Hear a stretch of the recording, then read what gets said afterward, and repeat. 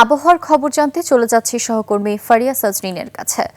সাজনিন, আজ তো সকাল থেকেই বৃষ্টি, আবহাওয়া নিয়ে আপনার কাছে আর কি তথ্য আছে আমাদের জানান। ধন্যবাদ নির্জনা।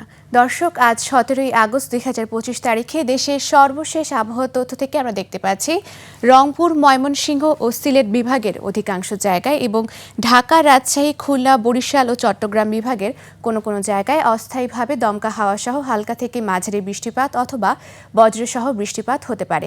সেই সাথে দেশের কোনো কোনো জায়গায় মাঝারি থেকে ভারী বর্ষণ অথবা অতি ভারী বর্ষণ হওয়ারও সম্ভাবনা আছে বলে জানিয়েছে আবহাওয়া অধিদপ্তর। আজ সারা দেশের দিন ও রাতের তাপমাত্রা প্রায় অপরিবর্তিত থাকতে পারে।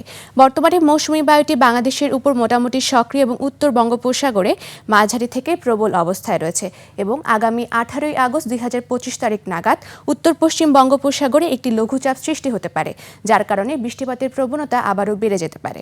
বর্তমানে বিশেষ কিছু অঞ্চলের তাপমাত্রা যদি আমরা দেখে থাকি তাহলে সিলেট ও ঢাকায় রয়েছে 29 ডিগ্রি সেলসিয়াস, বরিশালে 29 ডিগ্রি সেলসিয়াস, রাজশাহীতে 31 ডিগ্রি সেলসিয়াস। গতকাল সর্বনিম্ন তাপমাত্রা রেকর্ড করা হয়েছে বান্দরবনে, যা 24.6 ডিগ্রি সেলসিয়াস এবং সর্বোচ্চ তাপমাত্রা রংপুরে, যা 37.1 ডিগ্রি সেলসিয়াস।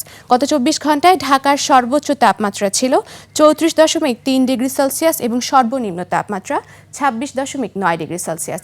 আজ ঢাকার আকাশ আংশিক মেঘলা থেকে মেঘাচ্ছন্ন থাকবে এবং দক্ষিণ অথবা দক্ষিণ পূর্ব দিক থেকে ঘন্টায় 10 থেকে 15 কিলোমিটার বেগে বাতাস প্রবাহিত হতে পারে। আজ সকাল 6টা অনুযায়ী ঢাকার বাতাসের আপেক্ষিক আর্দ্রতা নির্ণয় করা হয়েছে 93%। সেই সাথে আজ ঢাকা সহ আশেপাশের এলাকায় মাঝারি থেকে ভারী বর্ষণও হতে পারে।